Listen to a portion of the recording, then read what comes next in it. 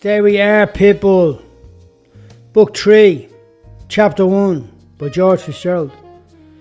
It was a November morning in 1973.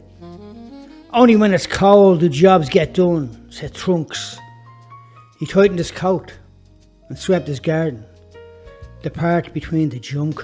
Only when it's cold do jobs get done, said Trunks again. I was standing outside, talking to Pino, who was heading towards the van across the road. Trunks sang a song. It's a big bang wallop. And that's how you get things done. Then he relaxed on a rock and pulled out his tipsy taster from his pocket. He called that bottle his tipsy taster, took a sulp, then a gulp, wiped his mouth with the back of his hand and said, that's me waker upper, nothing like it. Shaking the bottle he winked. Handy pandy tipsy taster, you know what I mean, Pitsy? There you are, Pitsy, Harper, Baa Baa's sister said as she pulled her head out through the window. See, you got your hair done, lovely, I replied. Thanks, you're a star. Mushroom brains. Get your face in out that window, mumbled Trunks. Mr. Charlie Pike resided next door. He had the shop van across the road. Mrs. Wilson occupied the house beside him. She was an old woman who sat up all night watching telly or listening to the radio. In the morning, she went to bed. Macker lived at the back, sharing a broken fence with Trunks. Not that he'd boast about that. Baa Baa's mad opened the door and said, Muttley, don't be standing there doing nothing. Come in for heaven's sake and do nothing in here. Baa Baa, your pal's here, Pit. Gail, will you stop calling him by that stupid name? Baa Baa, his name is Charlie, said Trunks, her husband. John da. They baptised him John, Harper said. John? No, Charlie. No, John, said Harper, whose real name was Alice, Baa Baa's oldest sister. She was the same age as Maisie, and like Maisie, she liked getting her hair done and showing herself off. She had her head out halfway out the window. I was there, said Trunks. That was your mother. She called him John. I said Charlie. She called him John the Baptist. I wasn't having that. I never did. Oh, you're such a twister. Your father was half a twister. So was your mother. My mother was no such thing. It was your father. He was half a tick. My father? No way. Your mother was half a tick. Come here. Will you get in out of that before everyone thinks you're half a tick, Gail? Is that right? What about your brother? So he's half a priest. And there we come up the road. Hi, Gail. Gail's eyes shot out of her head like bullets. Baa Baa stepped out from behind her like an unwanted puppy. Oh, there you are, Betty. She put on a voice. My ma does the same, so I was used to it. Off somewhere nice, Betty, are we? No, I'm just popping up to the shops, getting his dinner in, before he gets home from work. You know my fella works so hard, don't you? The boys that take after him, they're the same, great in school, great workers they are. I know. My chap runs his own yard, said Gail. She stopped, moved closer and pointed her finger into Betty's chest. Owns his own yard. She flung her hair back and tipped the end of it, like the way Rita Hayworth did in a telly film we saw last week with Ma. Only she wasn't Rita Hayworth. Oh, Betty gave the garden a once over. Trunks sipped on his tipsy taster. Gail smiled. Oh yes, my chap works so hard. He's kind to a fault, allowing his friends to leave their belongings here until they find the money to get it out of here. Sorry. Yes, the neighbours have been talking. Trunks got up and he snuck away, tiptoeing into the house. I'm sure they are talking. Jealousy's an awful thing. No, we're here looking at how the garden will fare out. Do you know what I mean, Betty? When it's finished. Harbour came out and cut right across the conversation. Do you like my hair, Betty? Ma said it's the best hair in the family. She touched Betty's hair and said, You've lovely hair as well, Betty, strong hair. Me ma has strong hair too, look at. She loves her hair, don't you, Ma? I do, Harbour. You're such a fine girl, Betty answered. You're such a fine girl, she repeated. Ah, thanks, Betty. See, my ma's hair is Scottish. Gail flicked her eyelids up and down. Scottish? You're terrible posh, Gail. Betty gave a little chuckle, raised her eyes and smiled. It only dawned on her how posh Gail was. Amazing, wasn't it? And it was no small matter to know that you were half Scottish and posh at the same time. And for whatever reason, the idea seemed to explode across Gail's mind as well, because she beamed. Oh yes, she beamed, and swayed ever so gently from left to right, the way half posh Scots do on a nice day in the middle of a scrap-filled garden. Everyone says that about me. She moved over. Are you going to the butcher's? The fellow up there's mad about me. Oh no, said Baa Baa. Oh no. He looked frightened.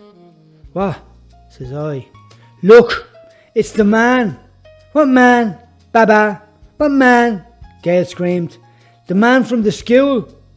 He tipped my arm and we fled inside, slamming the door behind us. Chapter 2. Like today, in the 70s, children were required to go to school by law. A truancy officer investigated chronic absences. I'm sure that today, if a kid is missing from school, there are people who will work with them, the parents, the school itself, to find a solution. In the 70s, they were more Victorian, or the approach was. The truancy officer would first turn up at the school. Children were treated as adults. When I say children, I mean anyone over the age of 7. They would be held fully accountable for their actions. Under criminal law, their antisocial behaviour would be considered to be a result of what they had chosen themselves to rebel. They had to be controlled and disciplined through punishment. Corporal punishment was used in the schools, and relatively minor offences like missing school could lead to a lengthy spell in an industrial school as a child found himself before the courts.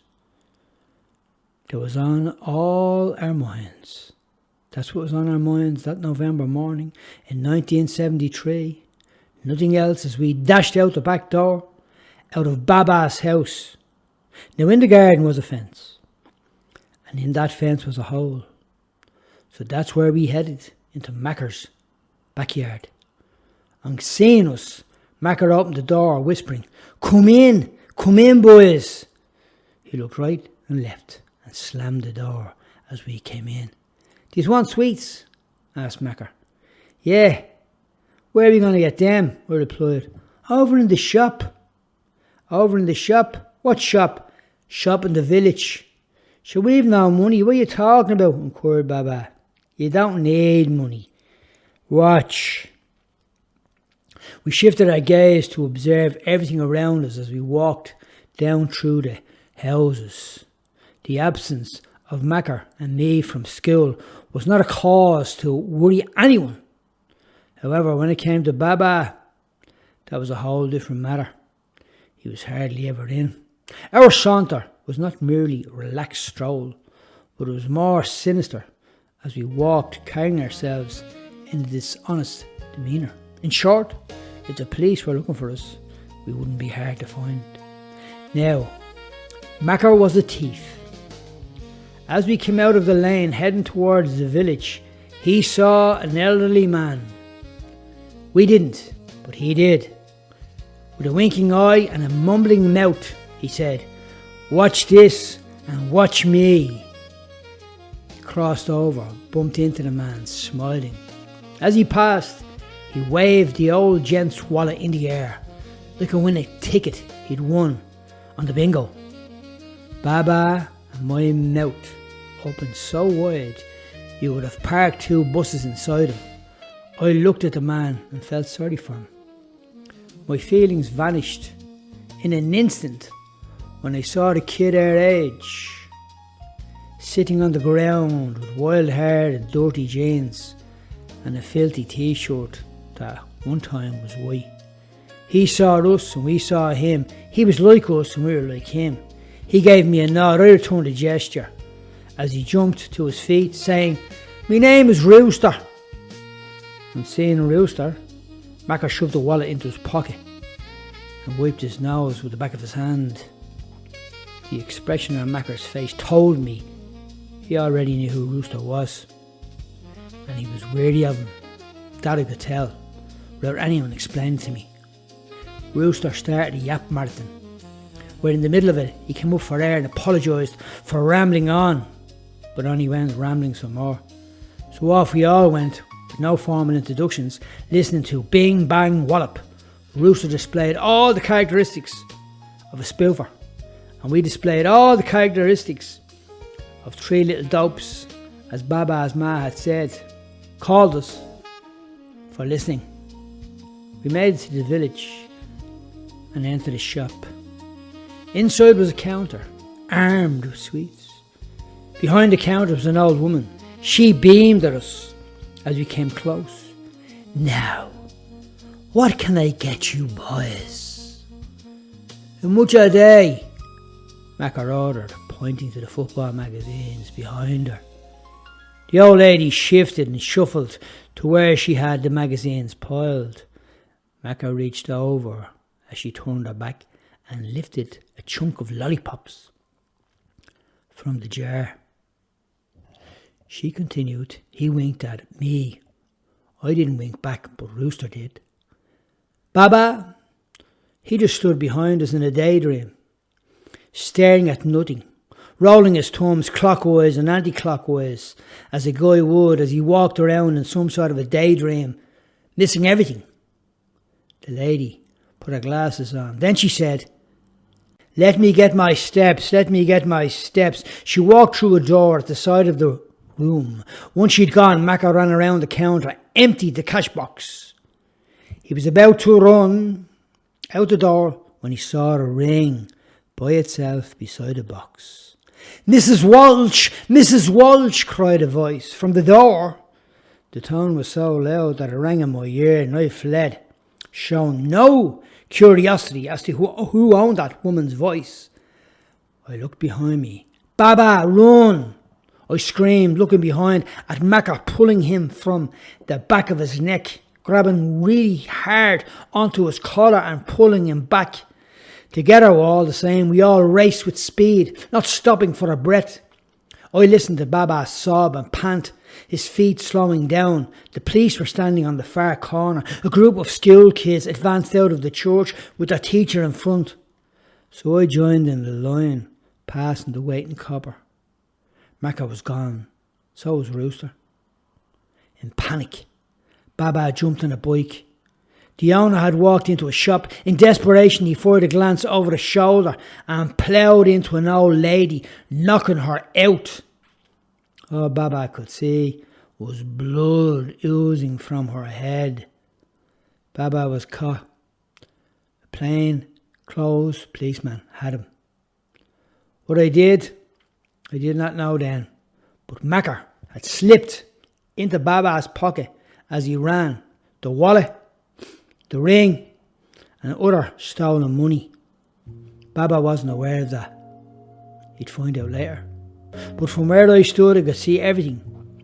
But the saddest thing I saw was not the old woman in the apron, or the old lady covered in blood, or the angry bike owner. No, it was none of them. It was my friend Baa Baa. He was the famous crying boy in the painting, a lost kid who was very much afraid of his life, and yesterday terrified him, and every single waking moment that whizzed by him. And what would happen next to him? The kids on the street, the teachers, the bullies who he ran from school from. Or the endless nights lying in the bed he wet. Baa Baa was a soft kid. The copper had a beard. Baa Baa's nose was red. His light freckles stood out.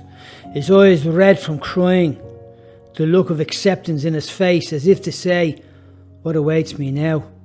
Standing at the traffic light, I watched a coach pull in. It stopped right in front of me.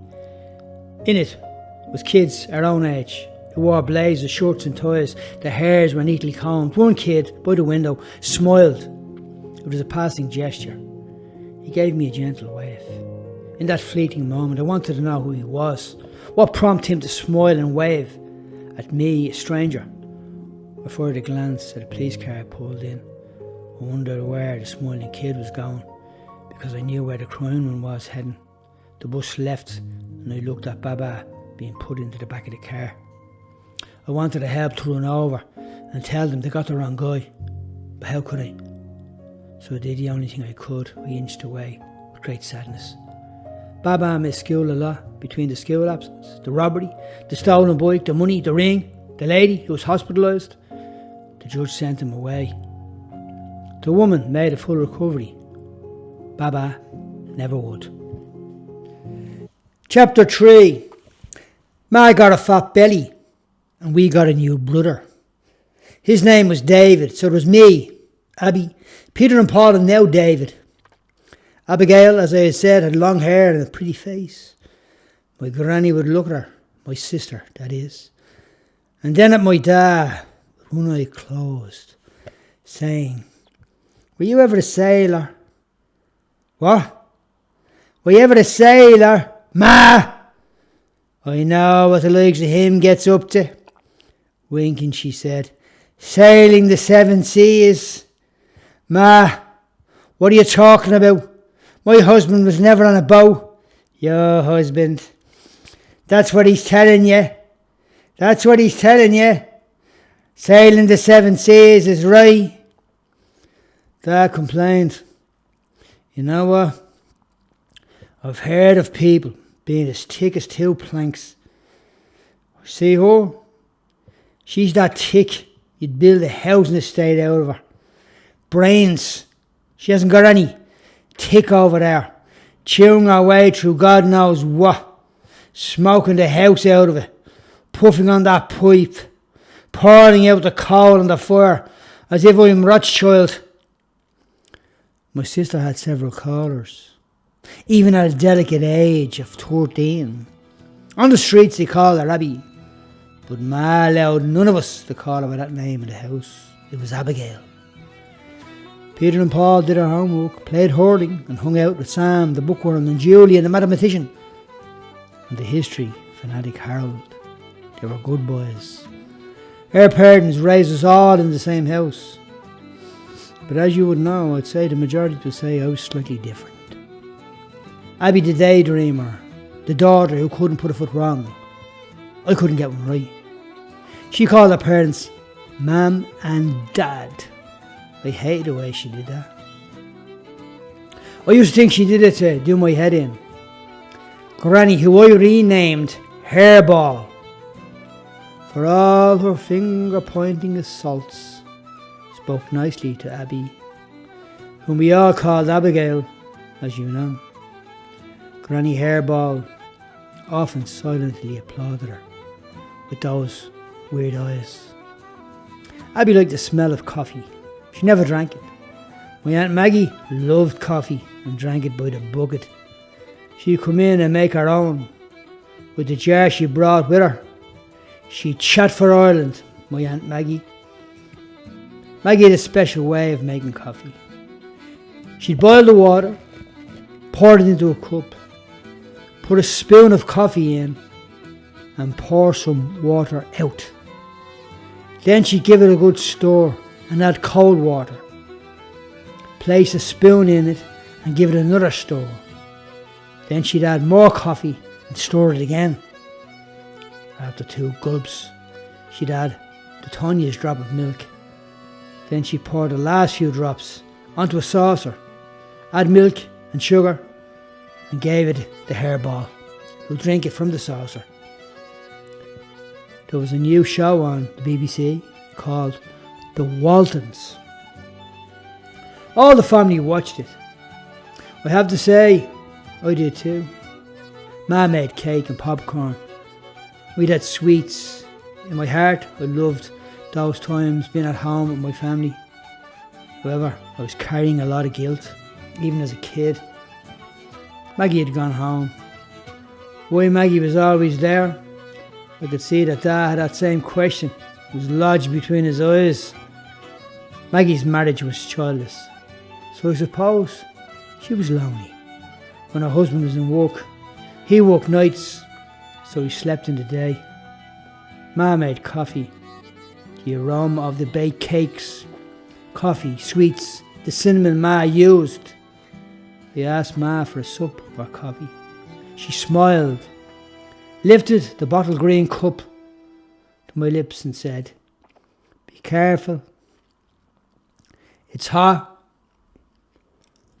I took a sip, looked at Dad, who was standing behind. He moved in front. And then I looked at Ma and Dad, looked at each other. They shared a happy smile. My brothers were by the fire. Baby Dave was asleep. Abby was in her chair. The world was grey. Life was good. And in that moment, I said to myself, Ma makes the best coffee. The summer launched itself with a blast. The rays of the sun burst through the window, and flies hovered above the light. The postman came. I was waiting for him, and so were the others. The results of the exams were due. When Abby heard the letterbox open and close, she jumped for joy. She clapped her hands. "Ma'am, oh ma'am, it must be my results." Peter and Paul charged down the stairs, and I, jokingly, snuck under the table. Abby's habit was to examine Ma as if she was studying something extremely charming. She loved me Ma and me Dad, but she had a special place in her heart for Ma. "Oh ma'am, I'm so thrilled." She clapped her hands again. The boys came into the kitchen carrying the letters. "Oh, the mail," said Maggie, who was there. Dad often said that Maggie thinks she's a Yank because she watches too much TV. "I blame Dallas," said Dad. "She thinks she's a bit of a Yank." "What would you know about it?" said Hairball Granny. "I'd know a lot more about it than you." Then she looked at the chair that she often sat in herself, me granny. Her favourite chair. Dad was sitting in it. And she said, "What sort of a midget sits in that?" Me Dad looked at her and said, "A bigger one than you." Chapter 4. Abby was never going to grow up and marry some bloke down the street. She had plans, and they were not only in her head but on her tongue, because Abby never failed to stop telling us about them. She hated the fights and the disagreeable things that went on. That was really my fault, maybe. And Granny Hairball in the corner. She adored flowers, and because she did, Dad walked the garden for her. Ma opened the letters and read the report. My sister Abby got straight A's, and so did my brothers. The boys followed her. She took the lead when it came to the education, and they followed. The kitchen door opened. My Dad appeared, holding a box. In the box was a puppy. The house exploded in celebrations. The dog was a reward for my siblings for doing well. But really, it was for Abby. My report fell on the table. I failed in every subject. That didn't bother me, but it delighted me to know that they were all doing well. The way I saw it was their thing, not mine. I stood up and faced them. All of you are going to go be high flyers. You're all going to do very well in life. Yous will, said the granny. Then looking at me, she growled. The only person going to prison ahead of you is the guard who'll drive you there. She snatched my report from my hand and shredded it and opened the back door as I watched my report leave the house taken out there by the breeze. She sat in her chair, her hair dangling in front, as her eyes peered out like someone behind bars. Everybody went quiet. Abby took a few steps towards me, with tears, as my brothers did the same. Granny held them back, lifting her stick like a barrier, stopping a train. Dad said, people should not. He paused.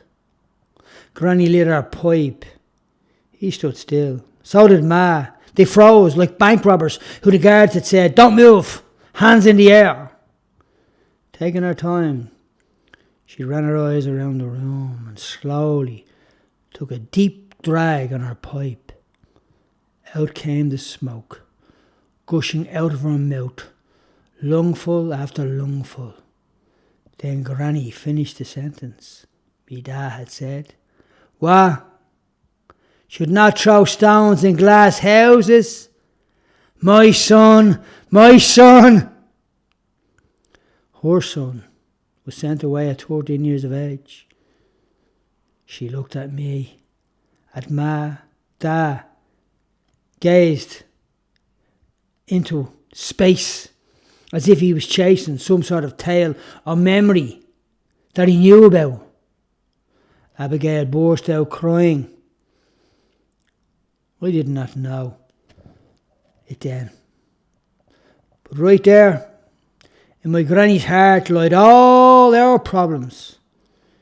She was a broken-hearted mother who could only manifest her pain through bitterness.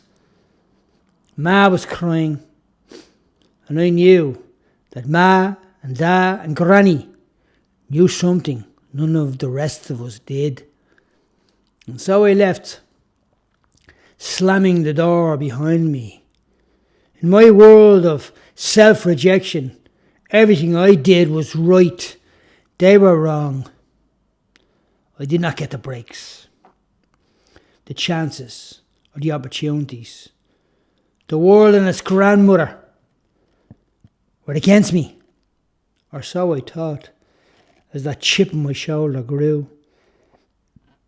In truth, I hated being hated, but I didn't want to be loved. What is that? How on earth could that help me, Gussie, Baa Baa, Macker, Biggie, Rooster? It was not our world, nor did we belong there. In my corrupt state of mind, I did not see my family as Maggie did. How could I? My mind was corrupted. To Abby, all things were pure. We lived in the same house, saw the same things, but see things differently. She watched it, the light, as if everything was shone through a bright light. I viewed the darkness. See, I was the protector. That's what Ma said to me as a kid. But I was small and of no value. Who saw me? Nobody. As I put pen to paper, as an adult, I have to get up from the desk and walk away. I switch on the light, make a coffee and open the window and sit staring at the space. My thoughts, as I have that family, the juvenile at the gateway, of a gateway of another world. If only I had a chance to talk to him, I'd reason, but would he listen? The answer is no. He runs out and waits. Waiting for what? The van that his grandmother said was coming to take him to jail. Chapter 5. You can say what you want, but I'll teach one day, said Abigail, reaching for an apple. and bit down on it hard. The crunching sound irritated me. Well, you're young, and you have your whole life in front of you, Ma said while ironing. I am, ma'am. You watch. I'll be a teacher. I have no doubt. Dad came in from the back garden. Your daughter's going to be a teacher one day. Ah, that's fantastic. It really is, Mary. He stretched out his arms wide. Abby ran and rested her head on his chest as he hugged her. Dad smiled at Ma. Ma smiled back and kept ironing with a happy face. Ma always had a happy face when she talked with Abigail. Abigail picked up a book, gave the apple another bite, and ran out into the garden, all full of joy and happiness, as if there was 1,000 butterflies floating in the air above her. Dad told me a joke. Then he laughed. I did not get it. Then he turned on the television and watched a football game, listening to the commentator rambling on in an English accent. Hairball was asleep upstairs. I saw Dad watching. Then he looked at her and said, Has Abigail got tennis practice tonight? Oh yeah, but it's still early. She gazed out at her. I could see the love she had for my sister. The words were written all over her face. It was not a scribble. They were written in big, bold, red letters that said, I love you more than you know. Now, everybody talked about my sister. The boys in the corner, the lads in skill, but I sorted that out by punching them in the head. The tennis thing was an embarrassment to me. Like, who plays tennis? She played it in Glasnevin. Why couldn't she just jockey horses, hang around the corner, or do a bit of mitching, or maybe a small bit of shoplifting, nothing big? Instead, what does she do? She plays tennis. I watched her cross her legs and sit down in her nice, neat stockings in the garden, on the chair that Dad got.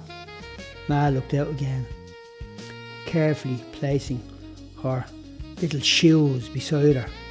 The dog ran out, tail wagging, another happy member of the family.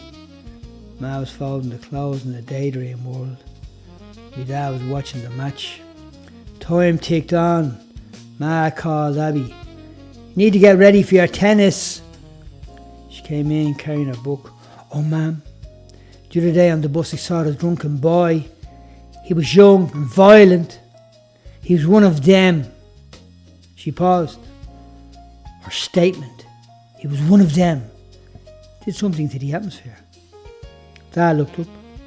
Ma gazed at him while Abby stood with her mouth opened as if she said the wrong thing. What happened here? Am I missing something? Like what? Did she say? Would she let out a family secret? See, Baa Baa never opened his mouth, but the guard did call, asking me questions about my whereabouts when Baa Baa was caught. He made the papers, by the way. We were the talk of the neighbourhood. The paper said that he was a member of a notorious gang that was terrorising the streets of his neighbourhood.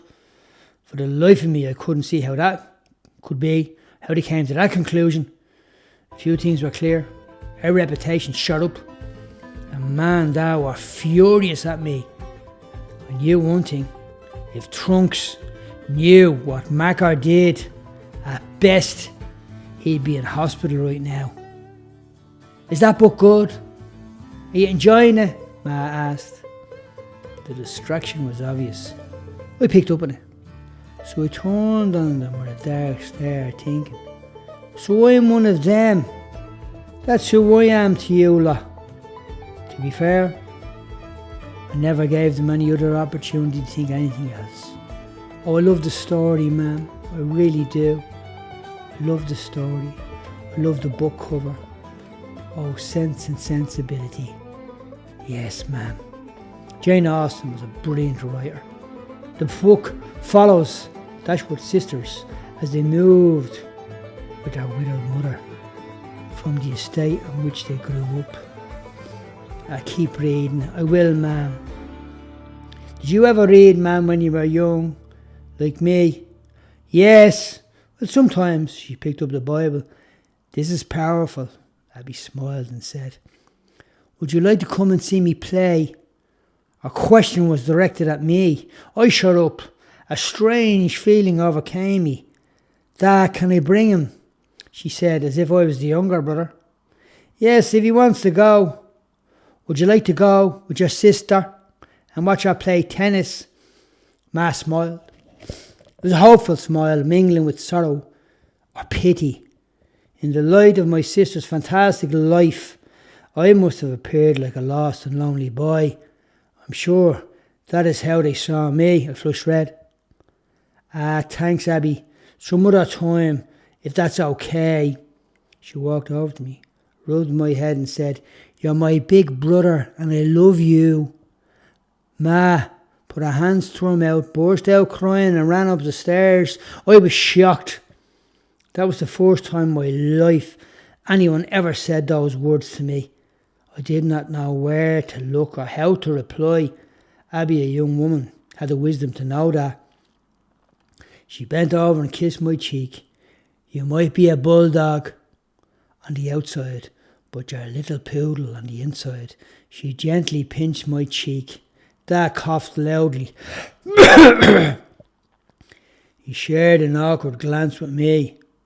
As much as I didn't know what to do, he didn't know what to do either.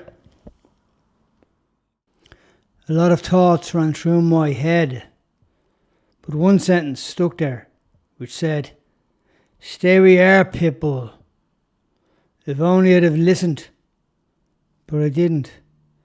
The uncertainty of what happens next was not written in the stars, but in our choices and the people we chose to be. Stay where you are, Pitbull.